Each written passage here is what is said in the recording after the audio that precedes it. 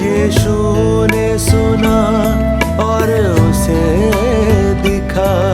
यीशु ने सुना और उसे दिखा। लंगड़े ने पुकारा और उसे कहा, मुझे चला, हाँ मुझे चला। यीशु ने सुना और वो चला। यीशु ने सुना और वो चला। प्रभु यीशु मसीह के सर्वश्रेष्ठ नाम में आपको अभिवादन।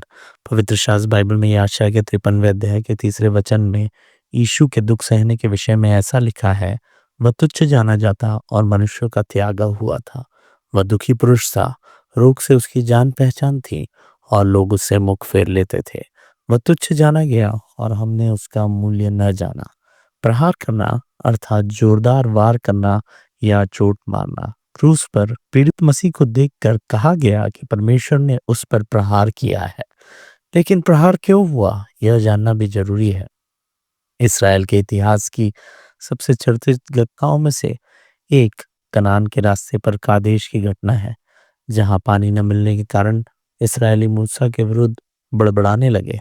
उन्होंने पानी के बिना अपनी मृत्यु सामने देखी। मूसा से झगड़ने वाले इस्राएलियों को पानी मिले, इसलिए परमेश्वर ने मूसा से उस चट्टान पर अपनी छड़ी से प्रहार करवाया। आश्चर्य की बात यह है कि उस चट्टान पर चोट मारते ही उसमें से इतना पानी निकला कि संपूर्ण इस्राएली और उनके सभी जानवर पानी पीकर तृप्त हो गए। उन्हें जीवन मिला।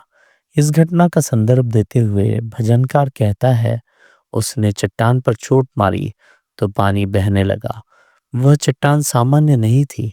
नए नियम में उल्लेख है, उन्होंने वह आध्यात्मिक पानी पिया क्योंकि वे अपने पीछे चलने वाली आध्यात्मिक चट्टान से पीते थे।